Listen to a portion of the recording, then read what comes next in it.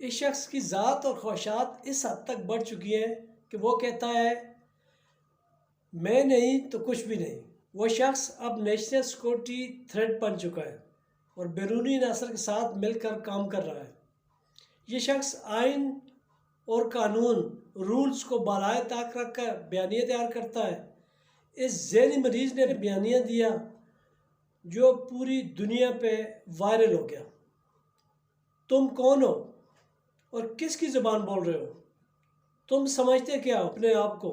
ज़हनी मरीज़ की बीमारी की अलामात आपने पहले भी देखी हैं। तुम कुछ लोगों को कुछ वक्त के लिए बेवकूफ़ बना सकते हो। यह एक ज़हनी मरीज़ है। यह एक टेरर क्राइम नेक्सस है जो ये मनशियात, नॉन कस्टम पेड गाड़ियों, अगवा बराए तावान और बेतहाशा चीज़ों पर मुश्तमिल है। इसकी इजाज़त नहीं दी जाएगी। अगर कोई समझता है इसकी ज़ात मुल्क रियासत से बड़ी है तो वो गलत समझता है। जी हाँ, आपने ये अल्फाज सुने, अंदाज़ा करें ये किसके बारे में होंगे। पाकिस्तान में कौन ऐसा शख्स है जो ख़ुद को आइन और कानून से बालातर समझता है, जो समझता है कि वो जो बयानियाँ दे रहा है वही ठीक है। आप अंदाज़ा लगाएं कि ये जो अल्फाज अभी मैंने बयान किए हैं इस पर कौन पूरा उतरता है। आप ज़्यादा सोच में न पड़े, मैं बता देता हूँ। ये DGISPR ने आज प्रेस कॉन्फ्रेंस की है। उन्होंने एक लंबी चौड़ी प्रेस कॉन्फ्रेंस की जिसमें ये जो मैंने सारा कुछ पढ़ा है, उन्होंने साबिक़ वज़ीर-ए-आज़म इमरान खान के बारे में कहा है। उन्होंने कहा है कि वो एक बयानिया तैयार करता है जो मुल्क और नेशनल सिक्योरिटी के ख़िलाफ़ होता है। उन्होंने सारे हवाले भी दिए हैं। उन्होंने ख़ासकर जो हो रहा है सोशल मीडिया पे हो रहा है वो भी बताया कि सोशल मीडिया पे क्या क्या हो रहा है। उन्होंने उसके हवाले भी दिए, कुछ वीडियो भी उन्होंने इस मौके पर दिखाई और उनकी सारी प्रेस कॉन्फ्रेंस में उन्होंने बार बार जिक्र किया कि पाक फ़ौज इस मुल्क के लिए क्या कुर्बानियाँ दे रही है और इंडिया के ख़िलाफ़ जो जंग थी वो पाक फ़ौज ने कैसे जीती थी। उन्होंने इसमें ख़वारिज का भी जिक्र किया। उन्होंने इस मौके पर इमरान खान का नाम लिए बग़ैर मुखातब किया कि तुम्हारे बच्चे तो उधर है, अभी आके ख़वारिज में उन्हें उनके साथ आके खड़े करो, तुम्हें पता चले। उन्होंने ये भी बताया कि हमारी जो फ़ौज में जो लोग अफसरान हैं या नीचे ये मुतवस्सित तबके के लोग हैं। उन्होंने आर्मी चीफ़ का जिक्र किया। उन्होंने कहा कि वो तो एक स्कूल टीचर के बेटे हैं। अपने हवाले से भी उन्होंने कहा कि मैं लोअर मिडिल क्लास का हूँ और इसी तरह के बाकी लोग हैं जो इधर आते हैं और हम पाकिस्तान की खैरख्वाह हैं, पाकिस्तान की सलामती चाहते हैं, पाकिस्तान के मफादात का तहफ़्फ़ुज़ कर रहे हैं। इस सारी बहस में उन्होंने खैबर पख्तूनख्वा के हालात का भी जिक्र किया। जब इस हवाले से गवर्नर आज की बात हुई तो वो उन्होंने कहा कि ये तो हुकूमत ही कोई फ़ैसला कर सकती है, हम नहीं कर सकते। ये हुकूमत जो बेहतर करेगी करेगी, हमें नहीं उसका अंदाज़ा। इस हवाले से उन्होंने जब ये इमरान खान के कोई बयानात आते हैं और ख़ासकर सुहेल अफरीदी वज़ीर आला खैबर पख्तूनख्वा की कोई तकरीर चलती है, उसका उन्होंने जिक्र किया कि वो अफ़गानिस्तान में या इंडिया में कैसे वायरल हो जाती है। उन्होंने सोशल मीडिया का जिक्र किया कि इनके बयानात को लेकर भारत प्रोपेगेंडा करता है और इस सारी सूरत-ए-हाल को टैकल करना ज़रूरी हो गया है। किसी को इजाज़त नहीं दी जा सकती कि नेशनल सिक्योरिटी के मामलात से इस तरह खेले। उनकी प्रेस कॉन्फ्रेंस का ज़्यादातर हिस्सा जो था वो उसी बात पे मुश्तमिल था जिसमें उन्होंने साबिक़ वज़ीर-ए-आज़म के उनकी तकरीर का, उनके बयानात का हवाला दिया और ख़ासकर उन्होंने कहा कि एक मुजरिम जो अडयाला जेल में बैठा हुआ है वो इस तरह के बयानात बाहर देता है कि बाकियों पे गद्दारी के वो फतवे जारी कर रहा है। हालांकि एक मुजरिम है, उससे जो कोई मुलाकात करता है बजाय मुलाकात करने के वो एक बयानिया गढ़ के छोड़ देता है मार्केट में। तो इस सारी बात और सारा तवील प्रेस कॉन्फ्रेंस थी उनकी जो ज़ाहिर नेशनल मीडिया ने बराह रास्त नशर की। तो इस सारी प्रेस कॉन्फ्रेंस में जहाँ उन्होंने उनको ज़ाती तौर पर भी कभी मुखातब किया इमरान खान को, कभी उनकी पार्टी पर भी तनकीद की, कभी उनकी सियासत पर भी तनकीद की और इसके साथ साथ फिर उन्होंने ये बात भी की कि पाक फ़ौज का सियासत से कोई ताल्लुक़ नहीं है। उन्होंने एक मरतबा फिर कहा कि फ़ौज के सियासत में ना घसीटा जाए।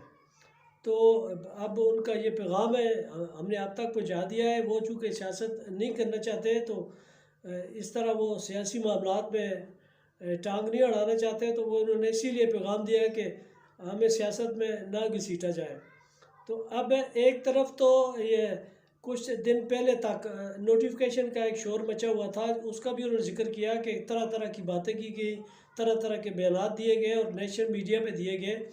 तो उसकी भी उन्होंने मजम्मत की कि इस तरह का बयानिया गढ़ा गया। लेकिन इस जब तक ये नोटिफिकेशन की बात चल रही थी, नेशनल मीडिया पे लोग तजिया कार ये बयान चला रहे थे, तब तक DGI-SPR की तरफ से कोई बयान नहीं आया, खामोशी थी।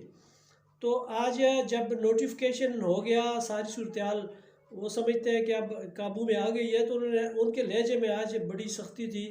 उन्होंने एक अथॉरिटेटिव किस्म का मौक़िफ़ अपनाया और इन मामलात को ठीक करने पे ज़ोर दिया और ये जो उन्होंने ज़िक्र किया कि कौमी सलामती के ख़िलाफ़ कोई बोलेगा, कोई एक्शन लेगा, कोई मौक़िफ़ अख्तियार करेगा, वो ख्वाह पाकिस्तान के अंदर करे या सोशल मीडिया के अंदर कोई इस तरह का करे, उसका एक्शन लिया जाएगा। और इस मौका पर उन्होंने कहा कि रियासत हम नहीं है। एक बड़ी जो तशरीह उन्होंने की, जो पहली मरतबा हमने उनके मुंह से सुनी है, बड़ी इस सबसे मुस्बत पहलू ये था कि उन्होंने कहा था रियासत हम नहीं है, रियासत हुकूमत होती है, फ़ौज एक रियासत का अदारा है और हुकूमत जिस तरह करती है हम उस तरह चलते हैं। उन्होंने मुतनब्बा किया कि इस मौके पे जब फ़ौज सारे मामलात देख रही है तो फ़ौज को निशाना बनाने का ये जो अमल है, इसको अब ख़त्म हो जाना चाहिए। आज़ादी इज़हार राय के और बहुत से तरीके होते हैं और वो होते हैं, लेकिन किसी की अदारे पे या मुल्क के ख़िलाफ़ बयानात को आज़ादी इज़हार राय नहीं कहा जा सकता। और उसके साथ साथ में जो मौजूदा हुकूमत है उसके लिए अभी तक उनका नरम गोशा है। पहली प्रेस कॉन्फ्रेंस पे अब आगे जूँ जूँ सूरत चलेगी तो पता चलेगा कि ऊँट किस करवट बैठता है। अब हुकूमत और इनके फ़ौज के दरमियान या इस्टेब्लिशमेंट के दरमियान कितनी अंडरस्टैंडिंग रहती है, कायम या आगे कैसे मामला चलते हैं। लेकिन बादी नज़र में देखा जाए तो नोटिफिकेशन से पहले जहां अमल रुका था वहीं से दोबारा शुरू किया गया है, बल्कि न सिर्फ शुरू किया गया है बल्कि उससे जाराना अंदाज में शुरू किया गया है। तो बज़ाहिर ऐसा ही लगता है कि वो कहते हैं कि कुछ लोगों को कुछ हद तक बेवकूफ़ कुछ देर के लिए बनाया जा सकता है, ज़्यादा देर के लिए नहीं। तो इससे तो ये एक मैसेज मिलता है कि वो पाकिस्तान तहरीक इंसाफ को इसी तरह दीवार से लगाने की जो पॉलिसी हुकूमत की है उसको कायम रखा जाएगा, क्योंकि अब कोई रास्ता नहीं है, एक ही सूरत निकलती है। उन्होंने ख़ासकर वो जो इमरान खान ने आखिरी जो मुलाकात हुई थी उनकी बहन उज़्मा से, उसमें उन्होंने एक पैगाम दिया था कि कुछ लोग उनके PTI के NDU में गए थे और उन्होंने उन्हें ख़द्दार करार दिया था। इस पे वो बड़े गुस्से में थे कि कभी अगर कौमी नोयत की बैठक है और उसमें अगर कोई गया है तो कैसे उनको गद्दार कह सकते हैं। यही वो बयानिया है जिससे वो सीख पा भी थे, इसी बात पे उन्हें गुस्सा भी था। तो अब देखते हैं कि आने वाले दिनों में इमरान खान अपने मौक़िफ़ में तब्दीली लाते हैं या PTI अपने मौक़िफ़ में डिफेंसिव होती है या माज़राई की तरफ जाती है। अगर माज़राई की तरफ जाती है तो ज़ाहिर है ये मुल्क के लिए कोई अच्छी अलामत नहीं होगी। अगर बैठ के कोई बात हो सकती है इसके आगे तो वो भी देखा जाएगा कैसे होती है। लेकिन अब जो सामने अब तक इनका जो मौक़िफ़ आया है उसके बाद लगता नहीं है कि सूरत हाल अभी फौरी कोई ठीक हो या दुरुस्त में जाए, क्योंकि अब इमरान खान के बयानियों को उन्होंने सख्ती से टैकल कर लिया है। तो अब पहले बयान में इनकी जो सख्ती है, लेकिन इसको अगर हम थोड़ा माजी से टच करें या उस माजी से जोड़ें तो कुछ चंद हफ्ते पहले या एक महीना पहले ही आप देखें जब वहाँ सुहेल अफरीदी की नामजदगी हो रही थी खैबर पख्तूनख्वा में, तो उन्होंने पेशावर में जाकर भी इसी तरह की धुआंधार किस्म की प्रेस कॉन्फ्रेंस की थी और उन्होंने उस वक्त रास्ता रोकने की बात की थी। लेकिन उस वक्त तो पाकिस्तान तहरीक इंसाफ ने खैबर पख्तूनख्वा असम्बली में यकजा होकर एक मुश्तरका इकट्ठा मौक़िफ़ अपनाया था और उन्होंने 92 वोट देकर सुहेल अफरीदी को वज़ीर आला बना दिया था, जिसके ख़िलाफ़ न सिर्फ इस्टेब्लिशमेंट की मुज़ाहमत नज़र आ रही थी बल्कि जब मरकज़ से भी गवर्नर राज की धमकियाँ दी जा रही थी। लेकिन इसके बावजूद उन्होंने वहाँ एका दिखाया और सुहेल अफरीदी वहाँ बन गए थे वज़ीर आला। अब देखते हैं इनकी जो प्रेस कॉन्फ्रेंस है या इस्टेब्लिशमेंट का जो नया और सख्त मौक़िफ़ सामने आया, उसके बाद पाकिस्तान तहरीक इंसाफ अपनी सियासत को किस रुख पे लेके जाती है क्या वो माजराई में ही रहते हैं, क्या वो अपना मौक़िफ़ ज़बरदस्ती बनाना चाहते हैं, क्या वो अपने मौक़िफ़ पे डटे रहते हैं, या उनके सोशल मीडिया के ख़िलाफ़ क्या कार्रवाई होती है, कैसी कार्रवाई होती है, क्योंकि इससे पहले भी होती रही है। सोशल मीडिया के ख़िलाफ़ तो इससे पहले भी हुई है, उनके जो एहतजाज होता रहा है उनके ख़िलाफ़ भी पहले कार्रवाई हुई है, मुकदमात भी पीटीआई के रहनुमाओं ने सामना किया, जेलों में अभी भी पड़े हैं।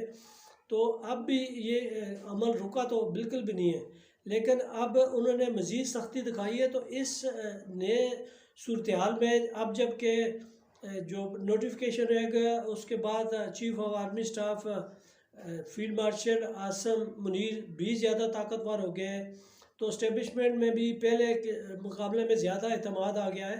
तो अब देखते हैं इस सूरत हाल में ये मामलात को कैसे निपटते हैं। सीनियर साफ़ी और बहुत सारे एंकर तो इस सूरत हाल का इस तरह भी तजिया इससे पहले करते आए हैं कि ये जो अब नोटिफिकेशन हो जाता है तो उसके बाद इस बात का इम्कान भी ज़ाहिर किया जा रहा था कि हो सकता है कि नून लीग को आइंदा दिनों में ज़रा मुश्किल सूरत हाल का सामना करना पड़े और इक़्तिदार से भी हाथ धोने पड़े। लेकिन ये तो बात की बात है, लेकिन इब्तदाई जो पहली प्रेस कॉन्फ्रेंस हमने आज सुनी है उसके में तो ऐसा कोई लगता नहीं है। अब तक तो हुकूमत और इस्टेब्लिशमेंट सेम पेज पे लगते हैं। आने वाले दिनों में पीटीआई की सियासत ये रुख का तयन करेगी कि वो किस सिमत में जाते हैं या किस सिमत में उनका मौक़िफ़ उनके मौक़िफ़ को पज़ीराई मिलती है, जो उनके मौक़िफ़ को टैकल किया जाता है। तो अब तक का ये सब जो सिनारियो था हमने आपके सामने रख दिया। अब आने वाला वक्त ही बताएगा कि ये सूरत हाल किस सिमत बढ़ती है या कैसे चलती है, क्योंकि एक तरफ इस्टेब्लिशमेंट का मौक़िफ़ हमारे सामने आ गया और दूसरी तरफ अब तक का साबिक़ वज़ीर-ए-आज़म इमरान खान का जो मौक़िफ़ है उसमें भी कभी नरमी नहीं आई, सख्ती रही है। वो भी आइन और कानून की बालादस्ती की बात कर रहे हैं, वो भी इस वन मैन शो की मुखालफत करते रहते हैं। वो भी कहते हैं कि एक बंदे का कानून नहीं होना चाहिए, इस मुल्क में आइन की बालादस्ती होनी चाहिए। और ख़ासकर जो अदलिया के हवाले से उनके तहफ़्फ़ुज़ात हैं, वो तहफ़्फ़ुज़ात तो न सिर्फ पीटीआई के हैं बल्कि ख़ुद मुस्लिम लीग नून के रहनुमा, पीपल्स पार्टी के लोग, वो भी अदलिया और ख़ासकर वकला ने तो इस सारे कानून साजी को ही मुस्तरद कर दिया। और वो भी इस बात पे है कि अदलिया को बिल्कुल ही उसका ज़ोर ख़त्म कर दिया गया है, अदलिया अब की वो ताकत नहीं रही। तो उस पर भी वो तनकीद करते रहते हैं। अब आइंदा देखते हैं कि ये हालात किस से बढ़ते हैं या सूरत हाल क्या हमारे सामने आती है। इजाज़त दीजिए, खुदा हाफ़िज़।